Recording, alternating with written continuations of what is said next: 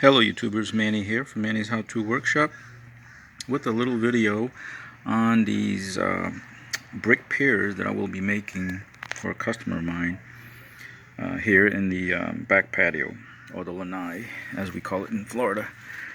So basically they decided on to go on with these old style looking bricks, and as you can see I've already completed this first one.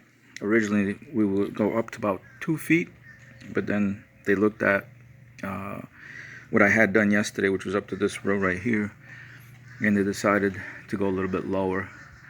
So to the top of that brick right there is about 20 inches, and to the fifth row is about 16. These bricks are like 2 3/4 inches high and about 7 3/4 wide. They're not the standard size. Standard size is like 4x8. So, but they decided to go with this because it's going to match their, what do you call it? The patio tile right here. Okay. So, this is what I'm doing so far. And like I said, a view from the top, you can see that I'm wrapping the brick around this aluminum post that supports the roof of the lanai right there. So this right here.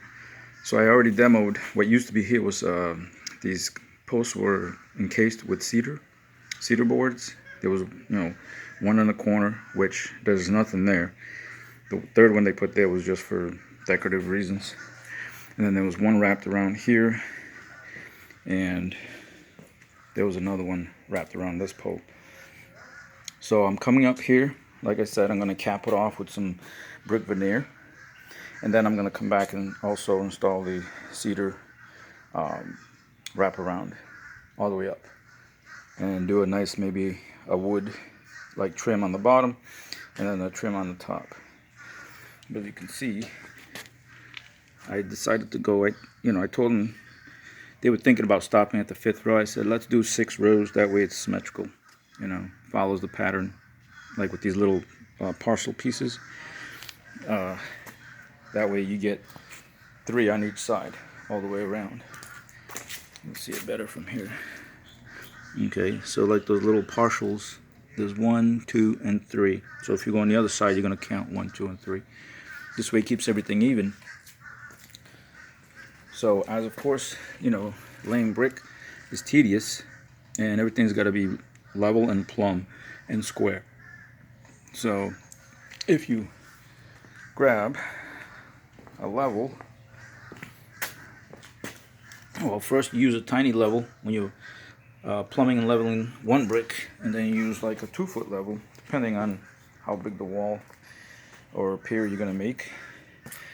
So you got to check everything from side to side like this to make sure they're flush with each other on both sides like that. And then you can do diagonal check as well to make sure everything's lining up. You got to do your plumb checks. As you can see, the bubble's dead center right there, and you got to do this on all 4 sides. Okay, now sometimes with, like, see right there, it's perfect, but the bricks, because these bricks, like I said, don't have square corners, like there's like little curves, and that just happens to be the texture of this brick. It doesn't have flat sides. It's all, wavy, and this is supposed to be called old something, but it ends up being something else. But anyway, like I said, it's looking good. This one's done. I just finished the top course, and now I'm starting on this one. And you can see that I started putting that one first. That one there establishes the levelness all the way around for all the other bricks to go off of. And then right now it's this first row is setting a little bit, and I'll come back and use a pointer like this one. This one is a 3/8 by half. This end is 3/8 and this end right here is 1/2 inch. And you just come back. When the mortar, when you can leave like your thumbprint in the mortar, that's when you know you should be able to come back with a pointer and just clean up the joints as you go. And then the final touch is using this brush to come and brush the joints to get a clean finish. And that way you don't have any like little hanging pieces on the edge, so you get a nice clean joint. I don't know how well that camera's picking it up, but so that's, you know, that way you still see the whole size of the brick. And that's the method. So you take the brush and, like I said, come back. If you're in a hot climate, you might want to dampen the brush just a little bit to scrape off.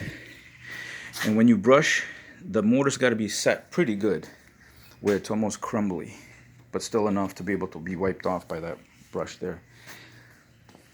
And as you can see, I had to make some angle cuts, or notch cuts, if you will, like this, because of right here. And the customer did not want to go past this little mini French drain. So the edge, I had to stop the edge right here, even with this mortar, what do you call it, joint here. So that's the reason why I have to notch them out. And I use my little grinder with a stone cutting bit, or tile bit, or blade rather. And that, you know, like I said, I notch, flip it over, run it across all the way through, and then same thing over here. Stand this up, notch it over here. And incidentally, this extra piece, these additional pieces, is what I'm using in between these two pieces right here, and it works out perfect because it gives me about the same width of the joint, which is about, you know, should be around 3/8 of an inch. Okay. Also, the mortar I'm using is a Sacrete, not a sponsor, of course. It's the Sacrete mortar and stucco mix, type S, 60-pound bag. And all I got to do is throw some water in the bucket. This is a rubber mixing bucket. Throw some water in there, put your mix in, mix it up real nice, and then you want the consistency of lumpy. You don't want it runny, but enough that it gives you time to put it in place, put your brick on, and then the brick won't smush it down, and you won't have too much water coming off. Okay, so that way you can be able to level it and get your joint dimension all the way around. But anyway, guys, that's what I'm doing for this project. Maybe in the future I'll show you step by step on actually how to do it and everything. But time crunch, so I got to get this done because today's Friday, so I won't be coming back till Monday. But I'm trying to at least get this other one done so they have time to cure over the weekend. Alright, as always, thanks for watching. Please rate, comment, subscribe to my channel if you haven't done so. Also, don't forget to hit the bell notification button so you get notified of when I upload new and upcoming videos. Alright, thanks guys, and I'll catch you on the next one.